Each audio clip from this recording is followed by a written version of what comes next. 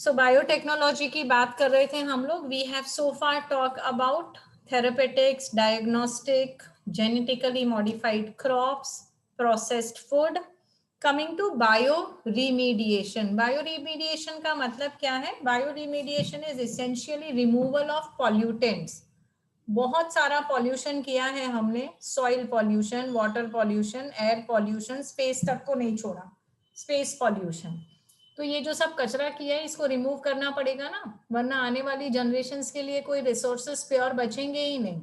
तो उसके लिए भी biotechnology can be helpful.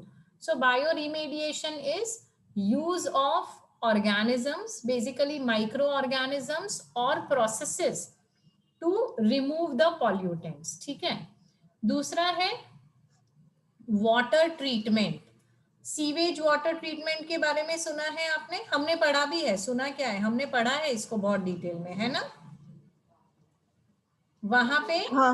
Inoculum use करते हैं हम. तो उसके स्टेजेस होते हैं: primary treatment, secondary treatment, tertiary treatment. कौन से वाले फेज में हम लोग इनोक्यूलेट करते हैं उसको? याद करो, सीवेज ट्रीटमेंट में क्या करते थे पहले हम लोग? उसका वो ग्रिट वगैरह इकट्ठा कर लेते थे, सेडिमेंटेशन टैंक में जाता था, है ना. सेडिमेंटेशन टैंक में जो सॉलिड इम्प्योरिटीज हैं वो नीचे सेटल डाउन हो गई. फिर हम उसको एक दूसरे टैंक में भेजते थे, एरेशन टैंक में. वहां पे हम क्या करते थे? इनोक्यूलम डालते थे. इनोक्यूलम मतलब ऐसे बैक्टीरिया डालते थे जो सस्पेंडेड मैटर है, ऑर्गेनिक मैटर, उसको वो डाइजेस्ट कर लेंगे और उसकी वजह से वो वहां से क्लीन हो जाएगा. तो वाटर ट्रीटमेंट में भी बायोटेक्नोलॉजी इंपॉर्टेंट है. Also in the process of energy production. अच्छा मुझे बताइए, मैक्सिमम कौन सा एनर्जी सोर्स यूज होता है? what do we use as what type of energy do we use maximum? Electrical energy. और कहां से आती है electrical energy? Thermal power station. Okay. Thermal power stations में हम कोल को जलाते हैं और वो कोल से जस्ट अ मिनट, ये चेताना बार बार खुल जाता है. सो वो जो थर्मल पावर स्टेशन है वहां पे कोल को बर्न करके हम स्टीम प्रोड्यूस करते हैं, स्टीम से इलेक्ट्रिसिटी प्रोड्यूस करते हैं. और सबसे ज्यादा एनर्जी हमारी कहाँ खर्च होती है? ट्रांसपोर्टेशन में खर्च होती है. और हम क्या यूज करते हैं ट्रांसपोर्ट के लिए? फ्यूल कौन सा यूज करते हैं?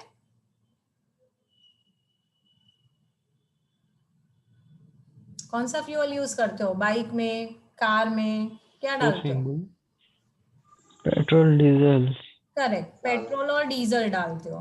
पर पेट्रोल और डीजल के साथ दो बहुत बड़ी दिक्कतें हैं. Two limitations of using fossil fuels. What are दे?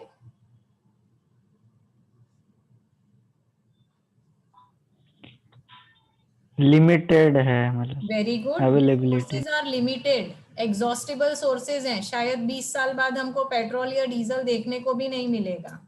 और दूसरा, पॉल्यूशन होता है उससे, है ना.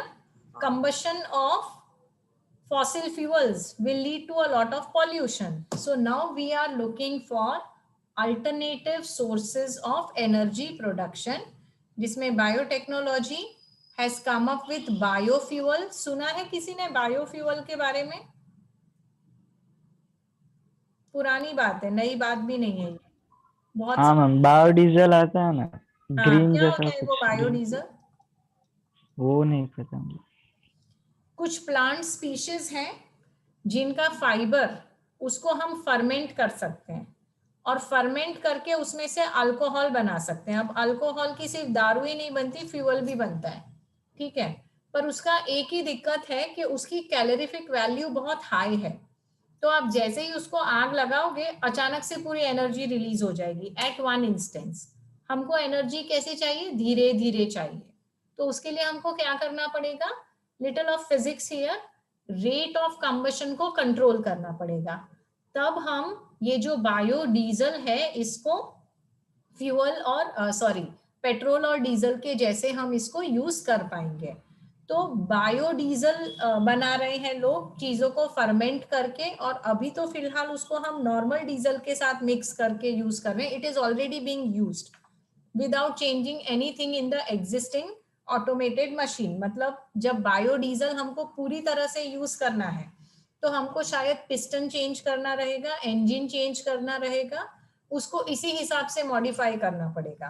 पर अभी जो एग्जिस्टिंग ट्रक है, बस है, उसमें भी बायोडीजल यूज हो रहा है, but not independently. So when I से एनर्जी प्रोडक्शन, मतलब फर्मेंट करके ऐसे बायोमोलिक्यूल्स बनाना जो कि कंबस्टिबल है, और उसका रेट ऑफ कंबशन भी हम कंट्रोल कर सकते हैं. Then we will be able to use biofuel, और हमको पेट्रोल, डीजल, ये सारी चीजों की जरूरत नहीं रहेगी. Okay, so what is the next slide.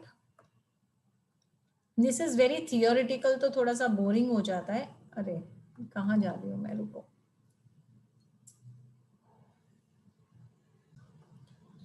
So if you look at the present slide, what do you see? अब आप ही मुझे बता सकते हैं, ये चीजें हमने इतनी बार स्टडी की है, आप बताइए ये क्या दिखा रहा है.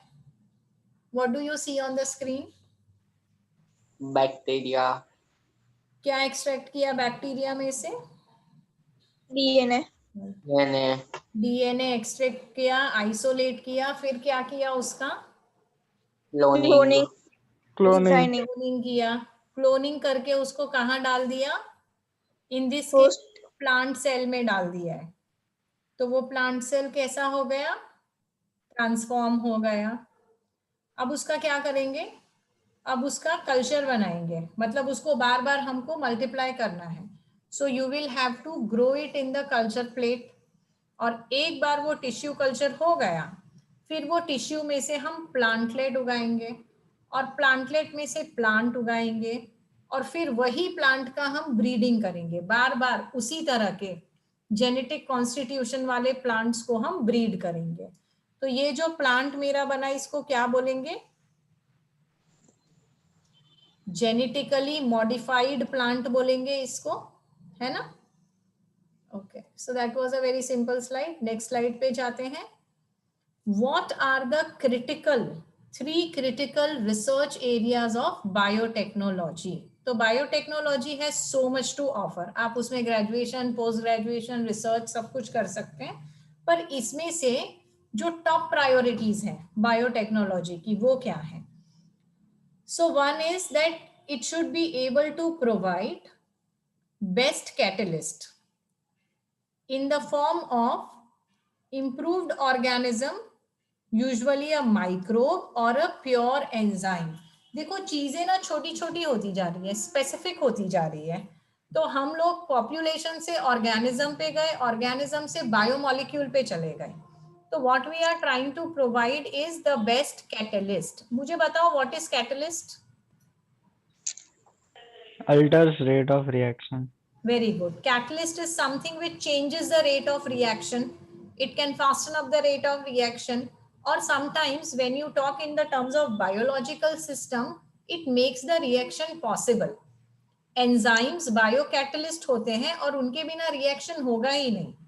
तो हम ऐसे कैटलिस्ट दें जो बेस्ट हैं, जो जल्दी जल्दी रिएक्शन को कंप्लीट करें, जो बेस्ट तरह के प्रोडक्ट्स बनाएं. And this is required in every field, not only in medical field, every field. आपने सुना है डिटर्जेंट्स में एंजाइम्स होते हैं? एड में देखा आपने? हाँ, वो कुछ निकलता है उसमें. हाँ, तो डिटर्जेंट्स में एंजाइम क्या करेंगे? डिटर्जेंट्स में एंजाइम आपका जो ऑयल है, ऑयल मतलब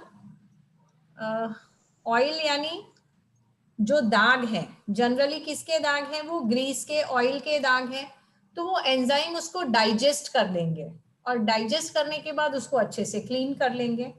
तो या तो हम माइक्रोब यूज कर सकते हैं, या तो प्योरिफाइड एंजाइम यूज कर सकते हैं. So providing with the best catalyst, जो भी रिएक्शन हम चाहते हैं, जो भी प्रोडक्ट हम चाहते हैं, उसके लिए बेस्ट कैटलिस्ट हमको इंजीनियर करके बनाना है. Next is creating optimal conditions through engineering for a catalyst to react.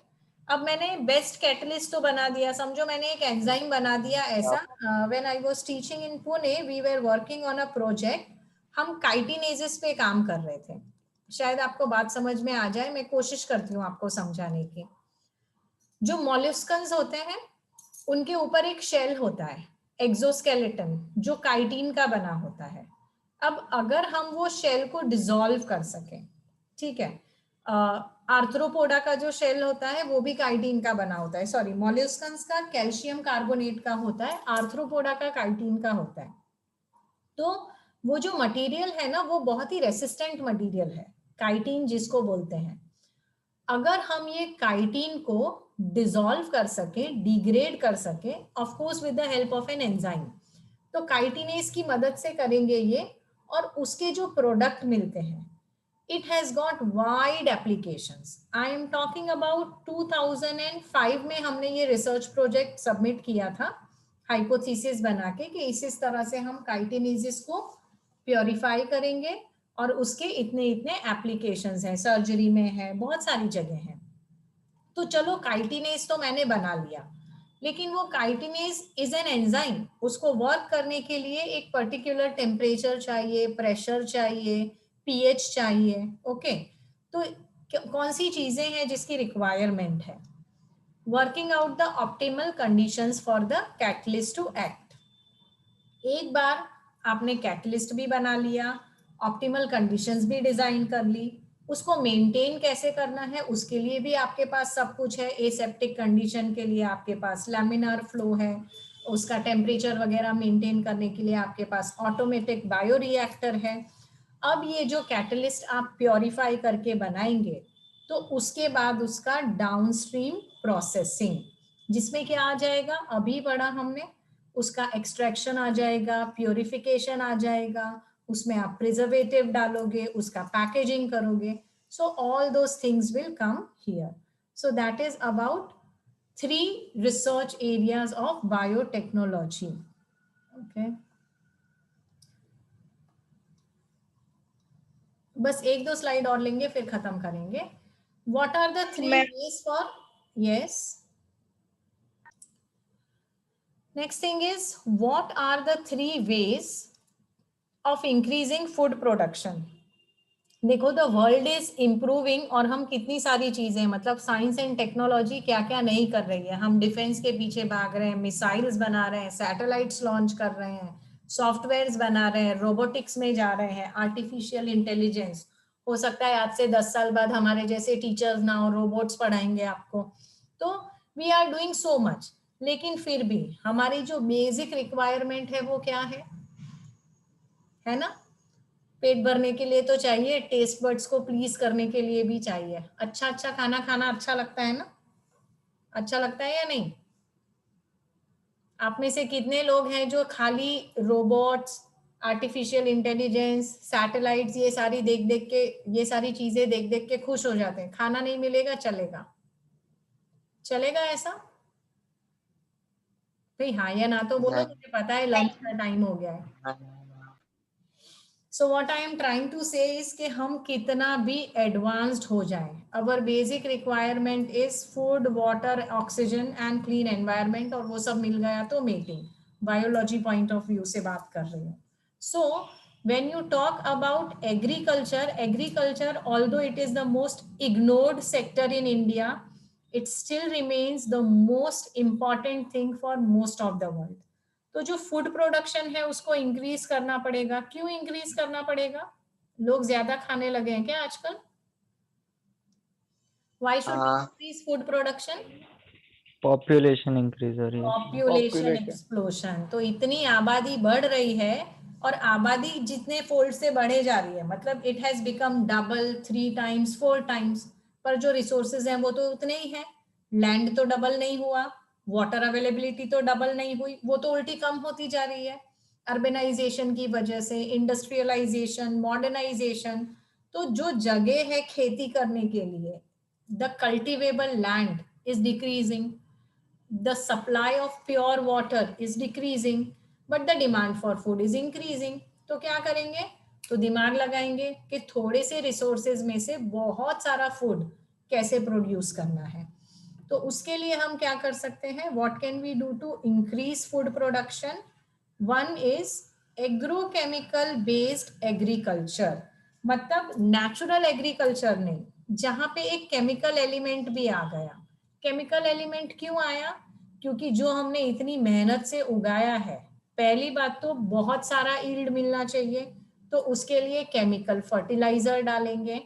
दूसरा, जो उगा लिया है वो पेस्ट ने बर्बाद नहीं करना चाहिए, तो उसके लिए क्या स्प्रेड करेंगे?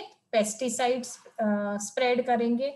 अब इसके अपने एडवांटेजेस डिसएडवांटेजेस हैं जो अभी नहीं डिस्कस करेंगे, but then with the use of biotechnology knowledge we are trying to make the most efficient fertilizers, the most efficient pesticides, जो कि कम से कम नुकसान पहुंचाएंगे हमारे एनवायरनमेंट को।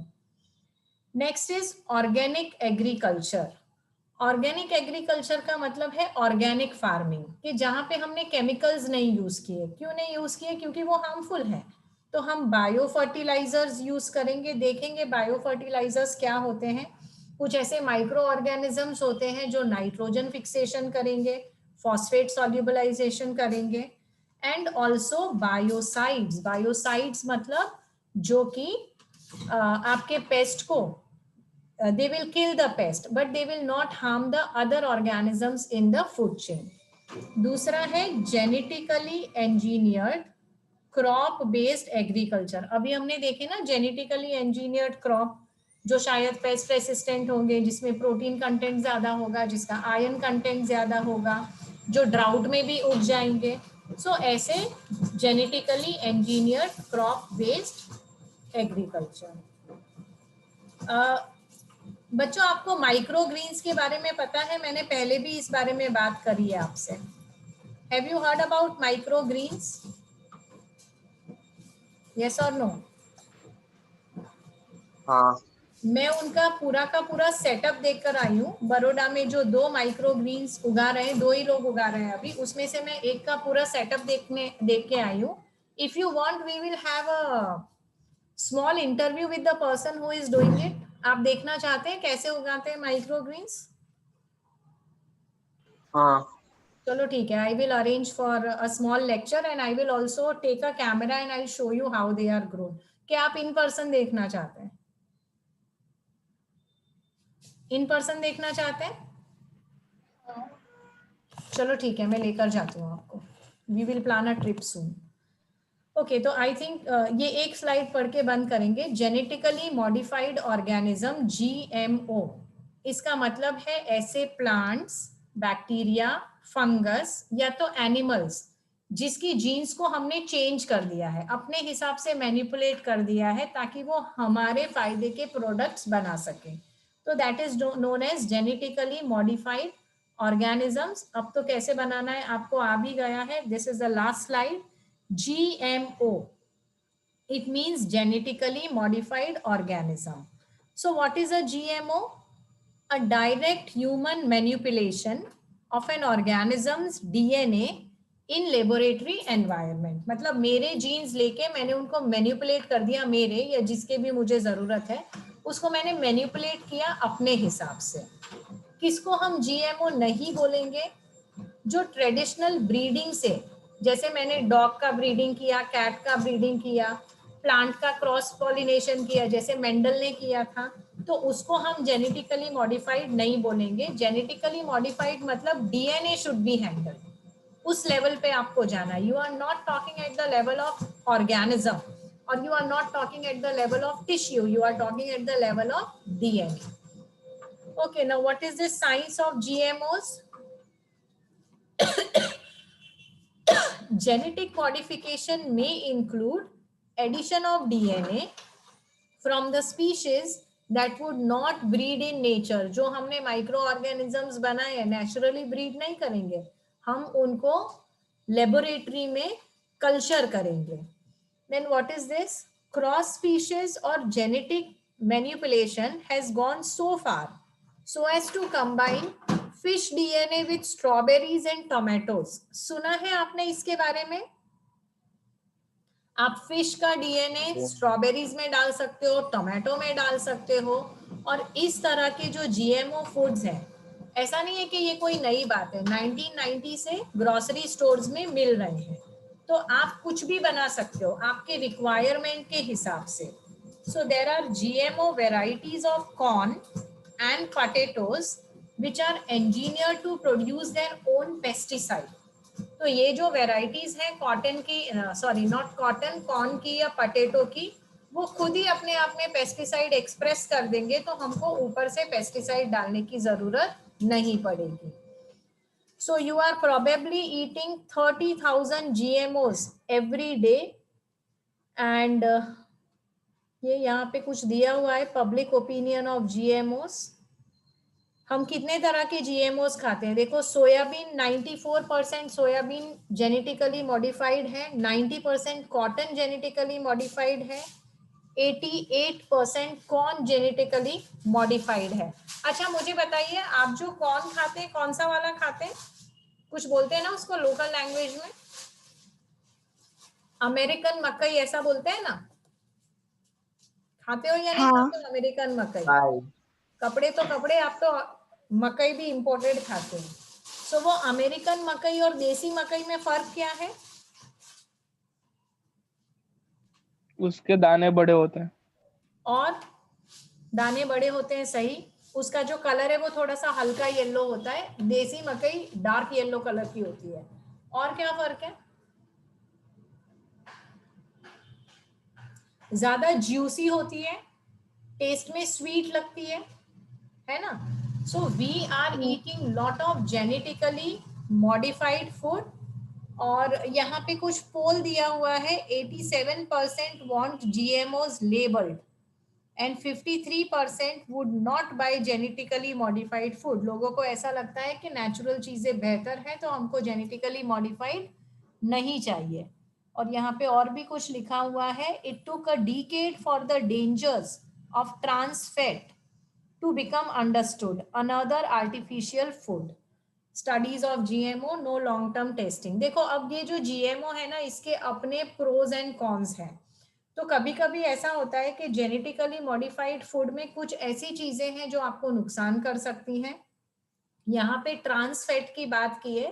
Now I am talking about something which is not related to genetically modified organism, but आपने palm oil के बारे में सुना है? हाँ. Heard about palm oil? अच्छा, आप में से कितने लोग हैं जो चिप्स, वेफर्स, वो जो पैकेज्ड फूड है वो खाना बहुत पसंद करते हैं? बिस्किट्स हो गए, कुरकुरे हो गए, वेफर हो गया, पसंद है ये सब खाना? ये सारी चीजें, जितना भी पैकेज्ड फूड इंडिया में प्रोड्यूस होता है उसमें पाम ऑयल यूज होता है. और पाम ऑयल में बहुत सारे ट्रांस फैट्स होते हैं. देखो, सिस और ट्रांस, ये केमिस्ट्री से लेना देना है इसका, बायोमोलिक्यूल्स जब पढ़े होंगे तब शायद पढ़ा भी होगा. तो trans molecules, trans fat is very bad for your body. It can lead to secondary complications. तो इस वजह से ये ट्रांस फैट्स को फूड में यूज नहीं होना चाहिए. पर इंडिया में बहुत सारी चीजें हैं जहां पे ट्रांस फैट वाला फैटी एसिड यूज होता है, और उसकी वजह से ये चीजें बहुत ही सस्ते दामों में मिलती हैं, पर आपके लिए नुकसानकारक है, नहीं खानी चाहिए आपको. Okay. Mice fade GM pesticide producing corn over 4 generations showed abnormal structural and chemical changes to various organs and significantly reduced fertility. तो कभी कभी हम लोग ऐसे चीजें बना देते हैं जो इन द लॉन्ग रन हमको नुकसान करती है. और देखो, कोई भी चीज जब होती है उसके क्लिनिकल ट्रायल्स होते हैं, पर उसके इफेक्ट और side effects are beyond our reach. उसको पता करने में बहुत सालों लग सकते हैं.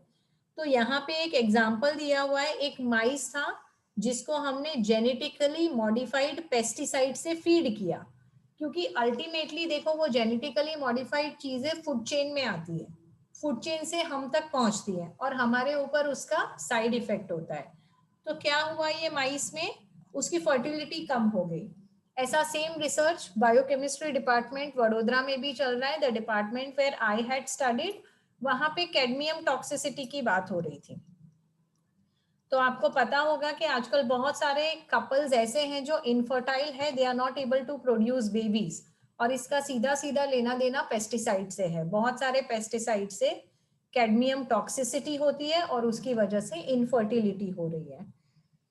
And this is something okay, so these are various examples के देखो जो जेनेटिकली मॉडिफाइड फूड हैं उसके एडवांटेजेस भी हैं, डिसएडवांटेजेस भी हैं, and this is nothing new. बहुत सालों से हम जेनेटिकली मॉडिफाइड फूड यूज कर रहे हैं, so you have to decide what do you want. But अभी जो लेटेस्ट चल रहा है वो है माइक्रो ग्रीन्स। लोग ऐसा सोच रहे हैं कि इनको ऐसे उगाओ जिसमें कोई बायोपेस्टिसाइड्स नहीं, सॉरी नॉट बायोपेस्टिसाइड, जिसमें कोई पेस्टिसाइड्स नहीं है, तो they are safer to eat. So next time I will try to tell you more about microgreens. अभी हम अपना लेक्चर यहीं खत्म करते हैं. So that's all for today.